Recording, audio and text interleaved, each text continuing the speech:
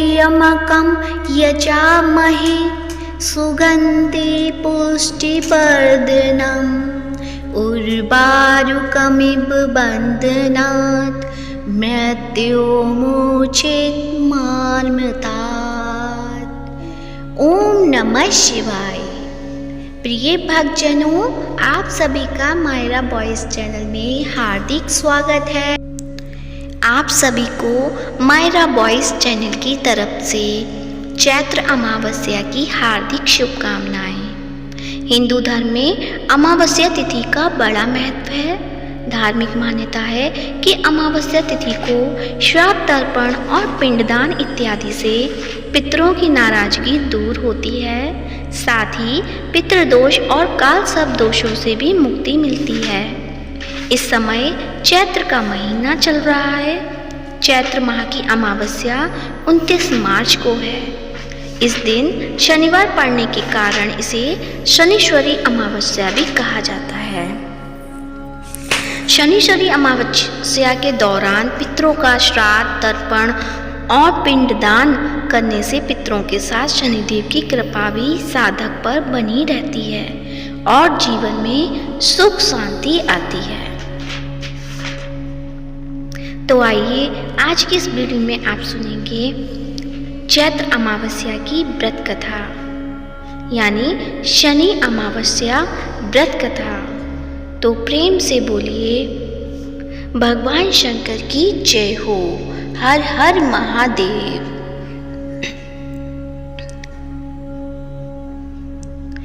सूर्यदेव की 2 पत्नी थीं, संज्ञा और छाया।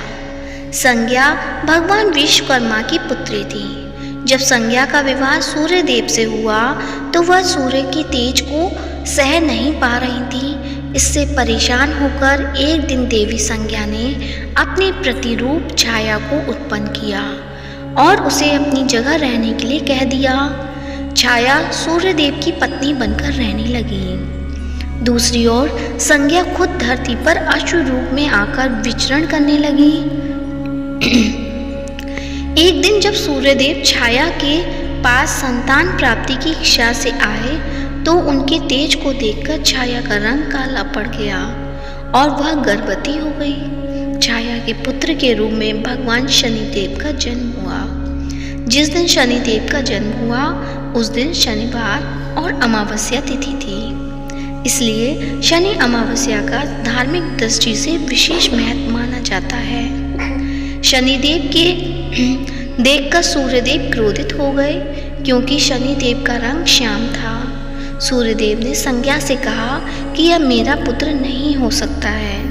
इसके बाद सूर्यदेव को यह भी भेद पता चल गया कि उनकी पत्नी संज्ञा की जगह काफी समय से छाया रह रही है। सूर्यदेव को जैसे ही ये सत्य पता चला वैसे ही उनका क्रोध और भी अधिक बढ़ गया। वे छाया और शनिदेव को छोड़कर अपनी पहली पत्नी संज्ञा की तलाश में चले गए। शनिदेव जब बड़े हुए तो उन्होंने स्वयं सूर्यदेव से भी अधिक प्रभावशाली और ताकतवर बनाने का प्रण किया। भगवान शिव की तपस्या करने लगे। शिव जी ने शनिदेव की तपस्या से प्रसन्न होकर उन्हें गृहों में न्यायाधीश और दंडाधिकारी का पद प्रदान किया। शिव जी ने भी यह वरदान दिया कि हे शनि, नवग्रहों में तुम्हारा विशेष स्थान और सम्मान होगा। तुम्हारे न्याय से तीनों लोकों में कोई भी नहीं बचेगा। तुम सभी जीवों के कर्मों को देखते हुए न्याय करोगे। शिव जी से वरदान पाकर शनिदेव नवग्रहों में विराजमान हो गए। शनि अमावस्या के दिन शनि की कथा का पाठ करना शिव फलदायी होता है, जो कर्मों से उच्च पद दिलाने की प्रेरणा देता है। तो प्रेम से बोलिए भगवान शंकर की जय हो। शनिदेव भगवान की जय हो। आप सुनते हैं अमावस्या और पूर्णिमा 2 बहनों की कथा। एक राज्य में एक राजा और एक रानी रहते थे, जिसकी 4 संतानें थीं, 2 लड़के और 2 लड़की। एक लड़की का नाम पूर्णिमा तथा दूसरी लड़की का नाम अमावस्या था। पूर्णिमा घर के कामों में निपुण थी और घर का पूरा काम करती थी और भगवान की पूजा अर्चना भी किया करती थी। और उसकी दूसरी बहन अमावस्या ना ही घर का कोई काम करती थी, ना ही भगवान की पूजा अर्चना करती थी और ना ही गौ माता की सेवा करती थी। पूर्णिमा सर्वगुण संपन्न थी, फिर भी राजा और रानी अपने दोनों बेटों तथा पुत्री अमावस्या को ही प्यार किया करते थे और वह पूर्णिमा से प्यार नहीं करते थे, उसके साथ भेदभाव करते थे। राजा के चारों पुत्र और पुत्री धीरे धीरे बड़े हो रहे थे। जब वे बड़े हो गए, राजा ने अपने दोनों पुत्रों का विवाह योग्य कन्याओं के साथ करा दिया। इसके बाद रानी ने राजा से कहा कि अब दोनों पुत्री विवाह के योग्य हो गई हैं और इन दोनों का विवाह भी करा दो, लेकिन पुत्री अमावस्या का विवाह किसी बड़े खानदान में कराना और पूर्णिमा का विवाह किसी गरीब परिवार में कराना, क्योंकि पूर्णिमा को केवल भगवान की पूजा पाठ करना ही पसंद है और गाय की सेवा करना पसंद है। अब रानी ने राजा को दोनों पुत्रियों का रिश्ता तय करने के लिए भेज दिया। राजा ने अपने पड़ोसी राज्य में जाकर वहाँ के राजा के पुत्र से अमावस्या का रिश्ता तय कर दिया और वहीं पास के गांव में जाकर एक गरीब परिवार के लड़के से पुत्री पूर्णिमा का रिश्ता भी तय कर दिया। यह सारी बात जाकर राजा ने अपनी रानी से बताया तो रानी यह सोचने लगी कि अब देखते हैं कि भगवान इसकी मदद कैसे करते हैं। यह बहुत ही पूजा पाठ करती है और भगवान में मगन रहती है। पूर्णिमा का भाई और उसकी भाभी पूर्णिमा से बहुत प्यार करती हैं, क्योंकि पूर्णिमा उनके घर के कामों में उनका साथ देती है और कामों में उनका हाथ बटाती है, और यही उसकी दूसरी बहन अमावस्या उन पर अपना रोब जमाती है और घर का कोई काम नहीं करती। कुछ समय बीत जाने के बाद दोनों पुत्रियों का विवाह हो जाता है। राजा और रानी की विवाह के बाद अपनी दोनों पुत्रियों को विदाई देते हैं। विदाई देते समय राजा और रानी की पुत्री अमावस्या को बहुत सा धन और दौलत देकर विदा करते हैं और पूर्णिमा को भी कुछ नहीं देते, खाली हाथ अपने घर से विदा करते हैं। इसके बाद दोनों बहनें अपने अपने ससुराल को चली जाती हैं। कुछ दिन बीत जाते हैं और एक दिन अमावस्या अपने घर पर शिव जी की कथा रखती है, जिसमें वह सभी गांव वालों को निमंत्रण देती है और अपनी बहन पूर्णिमा को नहीं बुलाती। जब गांव की सारी औरतें अमावस्या के यहाँ जाती हैं तो यहाँ सब दृश्य पूर्णिमा अपने घर के दरवाजे के बाहर बैठकर देख रही होती है। तब वहाँ से गुजर रही औरतें पूर्णिमा से कहती हैं कि तुम्हारी बहन के यहाँ शिव जी की कथा रखी है, क्या तुम नहीं चलोगी? पूर्णिमा ने कहा, मुझे निमंत्रण नहीं आया है, मैं नहीं जा सकती। सभी गांव की औरतों ने पूर्णिमा से कहा, बुलाया नहीं तो क्या हुआ, भगवान शिव की कथा है, तुम हमारे साथ चलो। गांव की सभी औरतों की बात मानकर पूर्णिमा भी उनके साथ भगवान शिव की कथा में अमावस्या के घर चली जाती है। जब अमावस्या की नज़र पूर्णिमा पर पड़ती है तो वहाँ कहती है कि तुम यहाँ कैसे चली आई, मैंने तो तुम्हें बुलाया नहीं था। खैर कोई बात नहीं, अब तुम आ ही गई हो तो चुपचाप बैठी रहना। और यह कहते हुए अमावस्या ने पूर्णिमा की गरीबी का भी मजाक उड़ाया।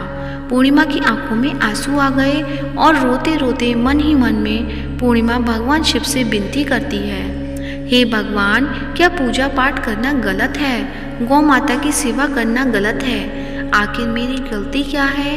आप मुझ पर अपनी कृपा दृष्टि कब बनाएंगे?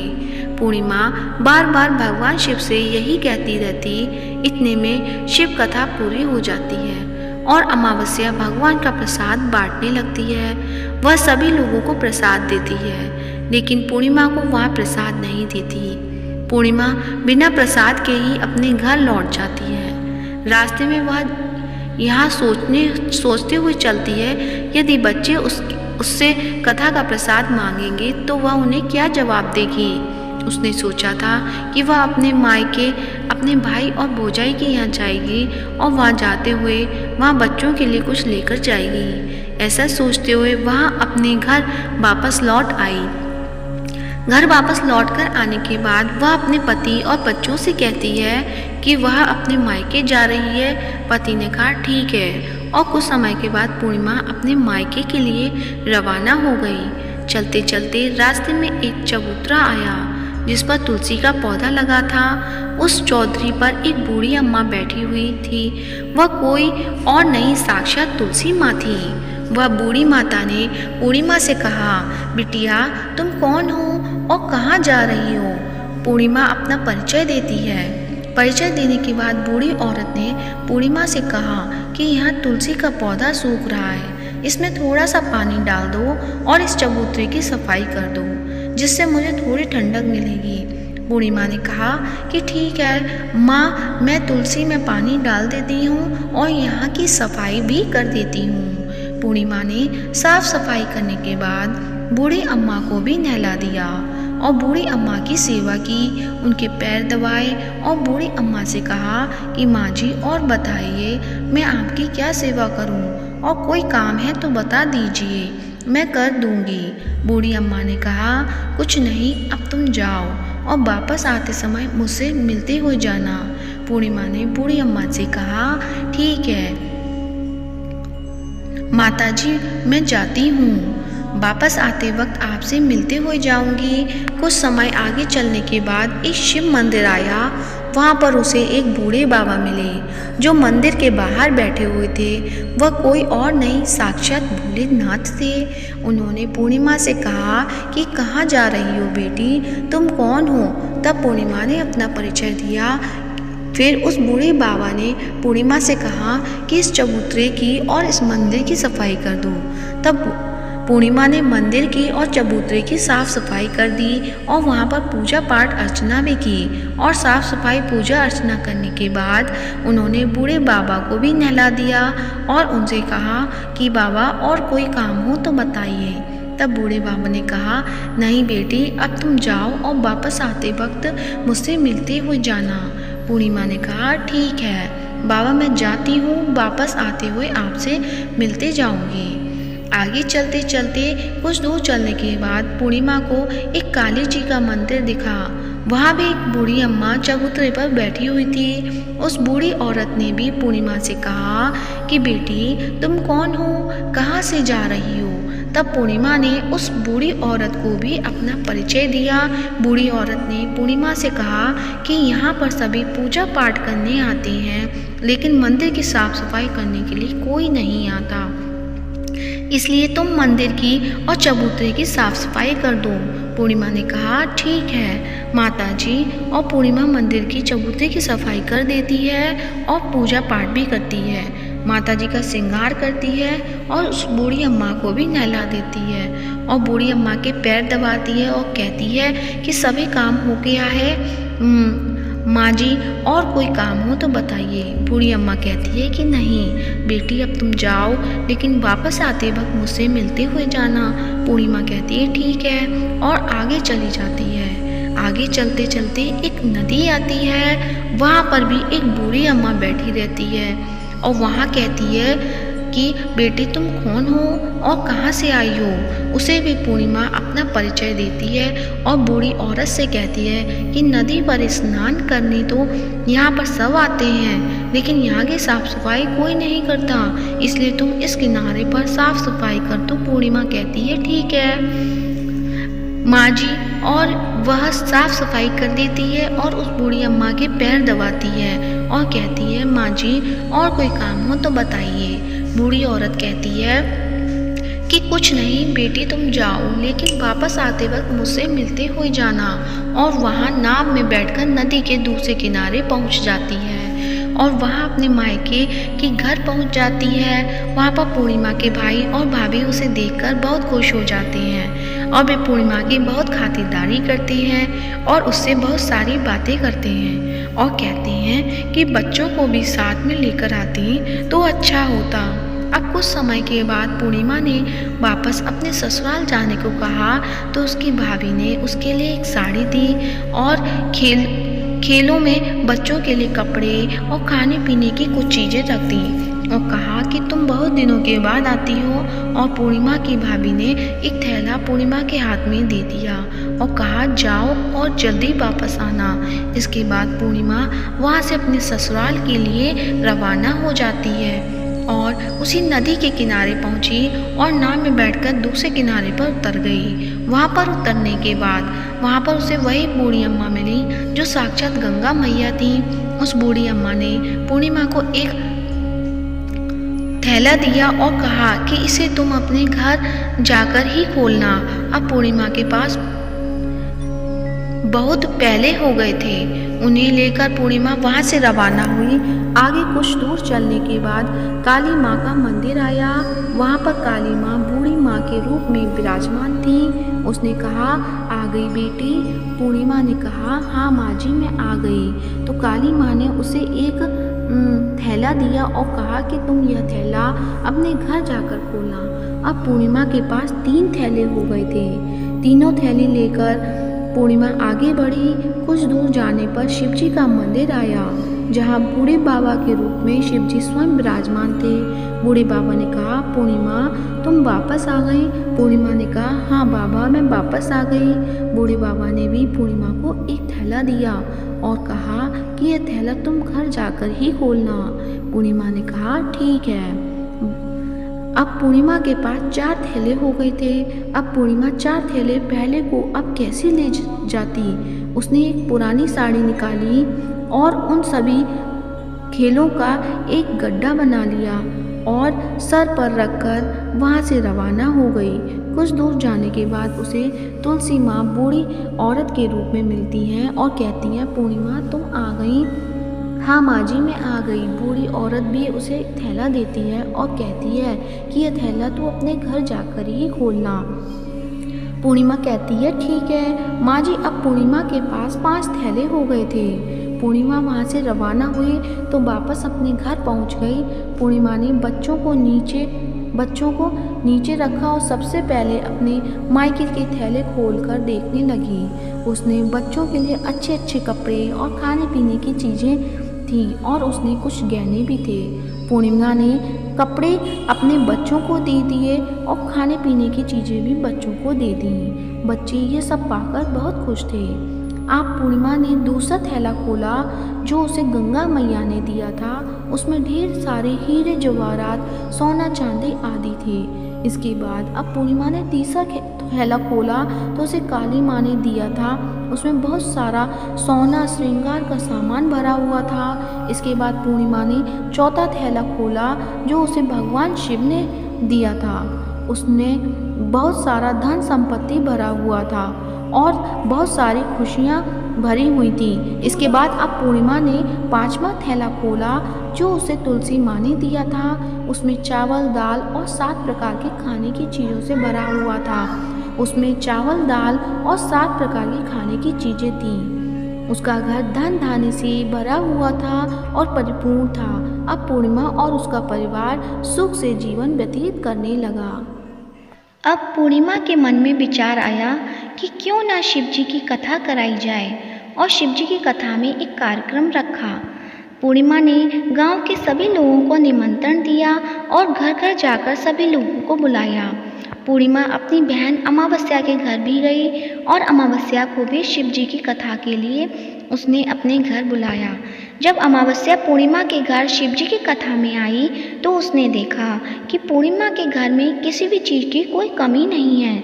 इतना सारा धन दौलत देखकर अमावस्या की आंखें आश्चर्यचकित हो गई। उसने पूर्णिमा से कहा कि तुम्हारे घर में इतनी धन और दौलत कहाँ से आई? पूर्णिमा ने कहा, देखो बहन, तुमने शिवजी की कथा में मुझे नहीं बुलाया था, फिर भी मैं चली आई और तुमने मुझे प्रसाद तक नहीं दिया और मेरी गरीबी का मजाक भी उड़ाया। उसके बाद मैं अपने घर आ गई और घर आते हुए मन ही मन मैंने सोच रही थी कि अपने मायके जाऊंगी और मैं अपने मायके चली गई और जो कुछ घटना इस बीच में हुई वह सभी घटना अपनी बहन अमावस्या को बताती है। तो अमावस्या कहती है कि तुम भी मुझे प्रसाद मत दो और मुझे डांट लो, लेकिन पूर्णिमा ने कहा कि यह तो भगवान का प्रसाद है, मैं तो सबको दूंगी और तुम्हें भी दूंगी। फिर भी अमावस्या ने प्रसाद नहीं लिया और वह सीधे अपने घर चली गई। घर जाकर अपने बच्चों से कहकर वहाँ अपने मायके जाने के लिए तैयार हो गई और मायके के लिए निकल गई। उसे भी रास्ते में चलते चलते तुलसी माँ मिली जो चबूतरे पर बूढ़ी माँ के रूप में बैठी हुई थी। बूढ़ी माँ ने अमावस्या से कहा कि बेटी तुम कौन हो और कहाँ जा रही हो। अमावस्या ने अपना परिचय दिया। बूढ़ी माँ ने कहा कि बेटी तुलसी का पौधा सूख रहा है, उसमें थोड़ा सा पानी डाल दो और इस चबूतरे की साफ सफाई कर दो। इस पर अमावस्या ने कहा बुढ़िया तुझे दिखाई नहीं दे रहा कि मैंने इतनी महंगी साड़ी पहन रखी है, ये गंदी हो जाएगी। ऐसा कहकर वहाँ से आगे चली गई। आगे जाने पर उसे भगवान शिव मिले, जिसे भी उसने ऐसा ही कहा। उसके बाद आगे जाने पर उसे काली माँ मिली, जिससे भी उसने यही सारी बातें कही। आगे जाने पर उसे गंगा माँ मिली, जिसे भी उसने यह सब कहा और आगे चली गई। इसके बाद अमावस्या जब नाव में बैठने लगी तो उसे नाव में फूलों की जगह कांटे भरे थे, जो उसके पैरों में चुभ रहे थे। किनारे पर उतरकर वहाँ अपने मायके चली गई। जब वहाँ उसे अपनी भाभियों ने तथा भाइयों ने देखा तो मन ही मन में कहने लगे कि काम की न काज की, 2.5 मन अनाज की। अब आ गई है तो ठीक है। पूर्णिमा तो हमारे कामों में हाथ बटाती थी, यह कोई काम करेगी तो नहीं। अब उन्होंने खाना बनाया और खा पीकर सभी सो गए। अमावस्या जब सुबह उठी और उसने भाभियों से कहा कि मैं अपने ससुराल जा रही हूँ। उन्होंने कहा ठीक है जाओ। अमावस्या बोली पूर्णिमा को तो तुमने एक थैला दिया था और मुझे भी कुछ नहीं दोगे क्या? भाई और भाभी ने कहा कि तुम घर जाओ और थैले तुम्हारे घर पहुंच जाएगा। फिर अमावस्या वहाँ से निकल गई और नदी के किनारे पर पहुंची। वहाँ गंगा मैया बूढ़ी औरत का रूप धारण करके बैठी हुई थी। बूढ़ी माँ ने कहा आ गई बेटी? तो उसने कहा मैं आ गई। अमावस्या ने कहा तुमने पूर्णिमा को एक थैला दिया था और मुझे नहीं दोगी क्या? बूढ़ी माँ ने कहा तुम घर जाओ और थैला तुम्हारे घर पहुंच जाएगा। इसके बाद आगे जाने पर उसे काली मैया मिली, जिसने भी अमावस्या को यही कहा। इसके बाद आगे जाने पर उसे शिव भगवान मिले, जिन्होंने भी अमावस्या से यही कहा। इसके बाद आगे जाने पर उसे तुलसी माँ मिली, उसने भी अमावस्या से यही कहा तुम घर जाओ, थैला तुम्हारे घर पहुंच जाएगा। अमावस्या अपने घर पहुंच गई। आंगन में देखा तो वहाँ पर 5 थैले पड़े हुए थे। अमावस्या ने मन ही मन सोचा कि अब तो मेरे पास बहुत सारे धन और दौलत हो जाएगी। जल्दी जल्दी उसने सभी थैलों को खोला। किसी में मिट्टी थी तो किसी में पत्थर, किसी में कंकड़ और किसी में कोयला। उसे मायके से भी कुछ नहीं मिला था। इन थैलों में कुछ भी नहीं था। अमावस्या दौड़ती हुई पूर्णिमा के घर गई और कहती है तुम्हें तो इतना सब कुछ मिला, मुझे तो कुछ नहीं मिला, आखिर क्यों? तो पूर्णिमा कहती है कि जब मैं अपने मायके जाती हूँ तो अपने भाभियों के साथ उनके कामों में हाथ बटाती हूँ, उनके साथ मिलकर काम करती हूँ, लेकिन तुम ऐसा कुछ नहीं करती, उनकी इज्जत भी नहीं करती, इसलिए वह तुम्हें भला क्या देंगे। इसके बाद तुमने गंगा मैया को ठुकरा दिया और काली माँ को भी ठुकरा दिया और भगवान शिव को भी तुमने ठुकरा दिया। इसके लिए उन्होंने तुम्हें कुछ नहीं दिया। अमावस्या कहती है कि बहन तुम मुझे माफ़ कर दो, मैंने तुम पर हमेशा अत्याचार किया है, मुझे कुछ नहीं मिला तो कोई बात नहीं, मैं भी भगवान की भक्ति करूँगी और सब कुछ प्राप्त कर लूँगी, मुझे इन सब चीज़ों का रहस्य बताओ। तो पूर्णिमा ने कहा कि तुम 3 सूत्र का ज्ञान ले लो और उसकी कथा करना। पहले सूत्र में दया मांगना और दूसरे सूत्र में कथा मांगना और तीसरे सूत्र में 108 बार ओम नमः शिवाय का जाप करना। बहन भगवान ने यही सूत्र दिए हैं, इनको अपने हृदय में बसा लेना। मैंने भी यह 3 सूत्र अपने जीवन में अपनाए थे और सच्चे मन से भगवान की भक्ति पूजा पाठ की थी। फिर भगवान ने मुझे यह सब कुछ दिया और तुम्हारे पास जो कुछ था वह भी सब खत्म हो गया। इसके बाद अमावस्या अपने घर गई और भगवान की पूजा पाठ करने लगी। भगवान शिव ने उसने माफ़ी मांगी और गौ माता की सेवा भी की और दूसरों की मदद भी की। तो ये थी अमावस्या और पूर्णिमा, 2 बहनों की कहानी। जैसा भगवान शंकर ने पूर्णिमा के साथ किया वैसे सभी के साथ करें। ऐसे ही हमें सच्चे भाव से अपनी भक्ति करनी चाहिए, जिससे हमें भी अपना पूजा का फल प्राप्त हो सके। प्रिय भक्तजनों, आज की कथा अच्छी लगी है तो वीडियो को लाइक कीजिए और कमेंट बॉक्स में ओम नमः शिवाय अवश्य लिखें और साथ ही चैनल को सब्सक्राइब करें। हर हर महादेव। ओम नमः शिवाय।